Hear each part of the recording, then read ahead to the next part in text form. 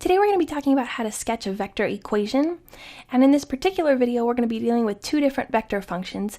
One is r of t, and keep in mind that for both of these, r is the vector and t is the parameter, so we're talking about a vector function for r in terms of the parameter t. So we have r of t is equal to the components here, sine t and t, and then we have our second equation here, which we'll get to in a second. Let's tackle this first one here. So we have these two component values, sine t and t. We can extract these two components as parametric equations. So sine t corresponds to our x component, so we can say x is equal to sine t, and then we can say y is equal to t.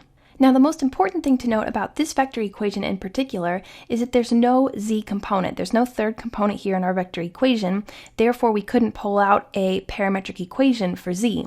We just have x and y. That tells us that we're going to be sketching the curve in an xy coordinate plane. Since there's no z component, it takes away that third dimension. Our whole sketch is going to be contained in an xy coordinate plane. So let's go ahead and draw here an xy coordinate plane.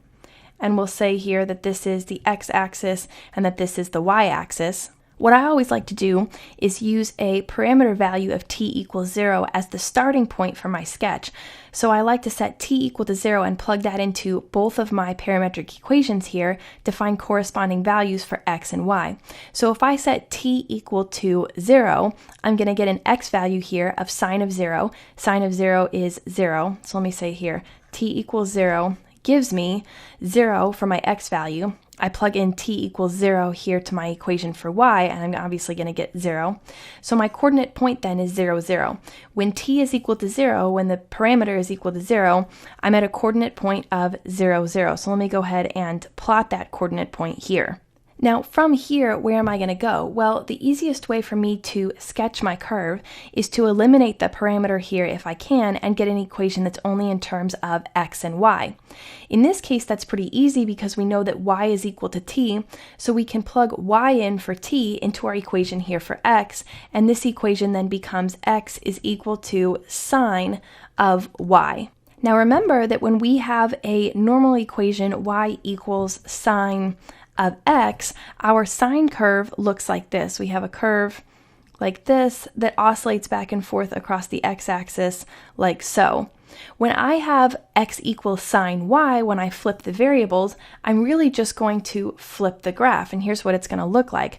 I'm going to flip the graph and I'm going to come up this way essentially, and my graph x equals sine of y is going to look like this.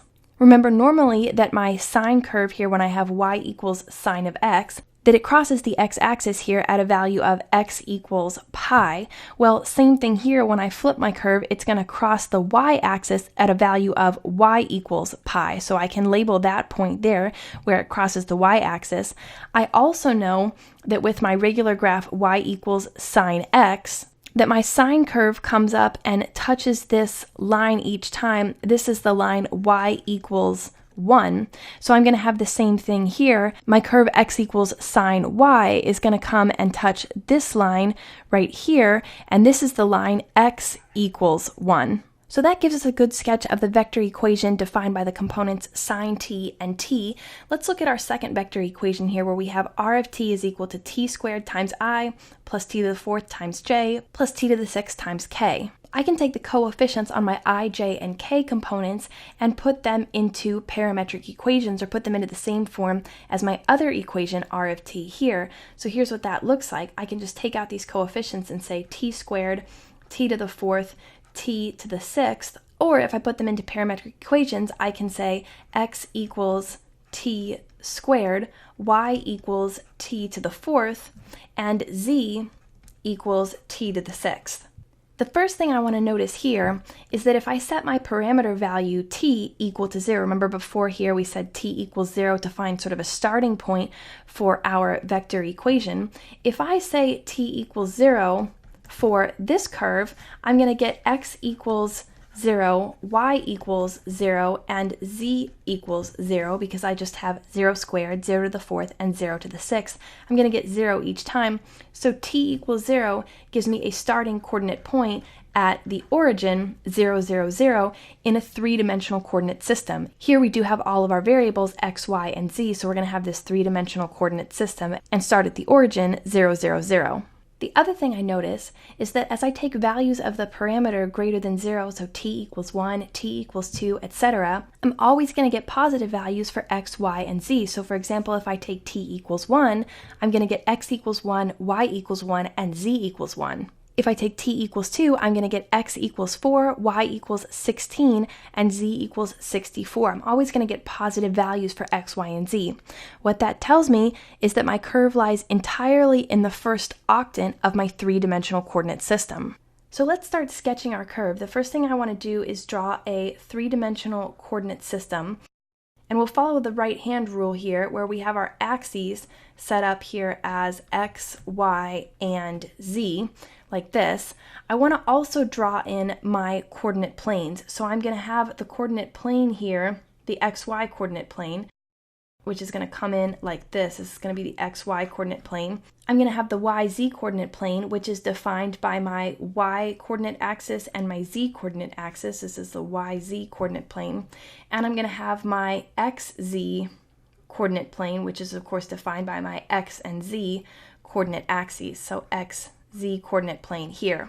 The easiest way to do this is to first draw the projections of the curve along each of my coordinate planes and then use them like shadows to get a better picture of what the curve actually looks like.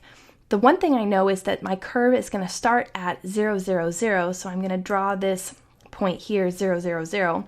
Now let's talk about projections.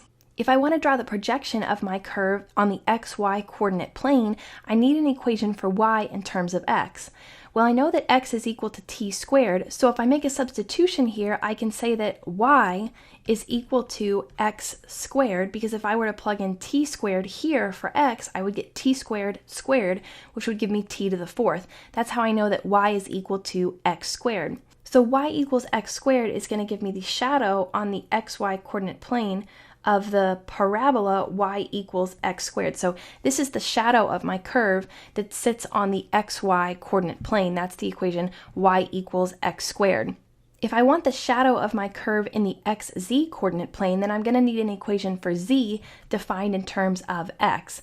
Well, if x is equal to t squared, then I know that z in terms of x will be z equals x cubed, because if I plugged in t squared here for x, I would get t squared raised to the 3rd, or t to the 6th power, which is what I have here, z equals t to the 6th. So z equals x cubed is something I can graph in the xz coordinate plane. That's just going to be a little steeper than our y equals x squared graph here, but it's going to come up like this, and this is the curve here, z equals x cubed in the xz coordinate plane. Now if I want to look at my projection in the yz coordinate plane, I'm going to need an equation for z in terms of y. Well, how do I get that? Here I have an equation for z in terms of x, and I have an equation for y in terms of x. If I solve this equation, y equals x squared, for x, then I'll have an equation for x in terms of y, and I can plug that value for x into my equation for z in terms of x.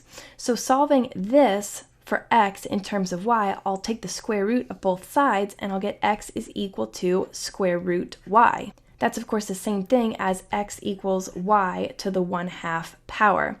Now if I take y to the 1/2 power and I plug it in here for x, I'll get z is equal to y to the 1/2 raised to the 3rd. I multiply these exponents 1/2 times 3 and I get z is equal to y to the 3/2. Y to the 3/2 is even a steeper curve than this z equals x cubed here, and I'm going to graph that in the yz coordinate plane.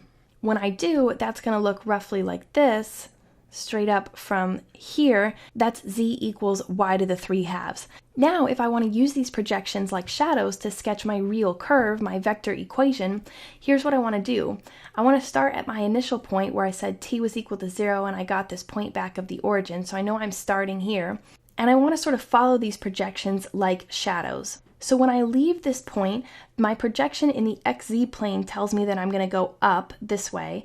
My projection in the yz plane tells me that I'm going to go up vertically, and my projection in the xy plane tells me that I'm going to go out here in the positive direction of the y-axis.